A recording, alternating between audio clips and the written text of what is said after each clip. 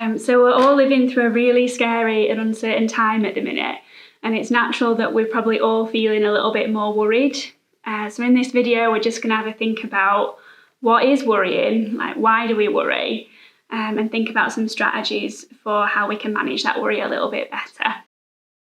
What is worrying? So being able to think about the future is actually really useful to us as a species because it allows us to look ahead to any problems or threats we might have in the future and make some plans around what we could do to try and manage those threats.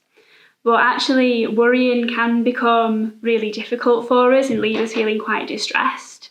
And that's maybe the point at which we need to think about how we can manage the worry and make it feel a little bit easier for us.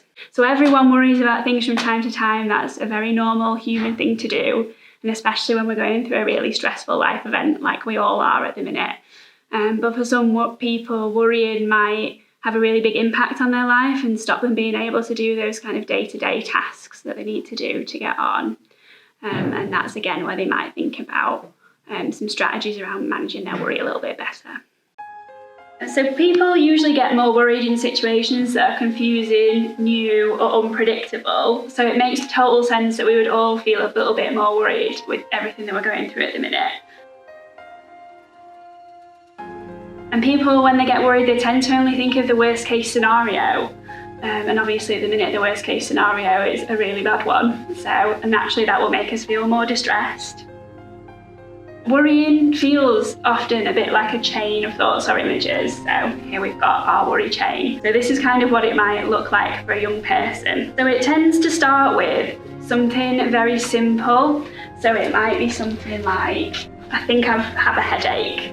I've noticed something a little bit different in my body. Maybe I've got a dry throat or I had a bit of a cough. And then that leads us on to thinking, what if it's COVID? And then that might lead us on to thinking,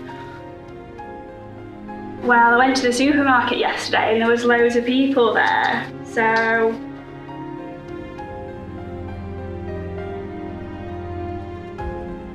what if I've given it to every person there?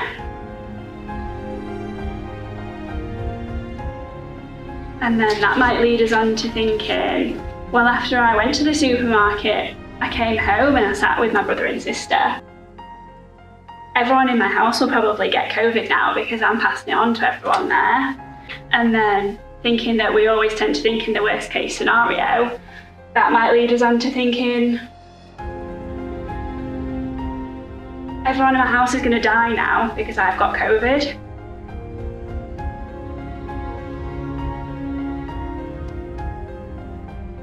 And then that leads us on to really the worst case scenario there is. So imagining everyone you love dead and there's a global apocalypse and everyone's gone. So we've gone from quite a simple little thought that we started off with, I've got a headache, I've got a dry throat, I've got a cough, and it's led us pretty quickly all the way down to imagining everyone you love dead, which is obviously a very distressing thought.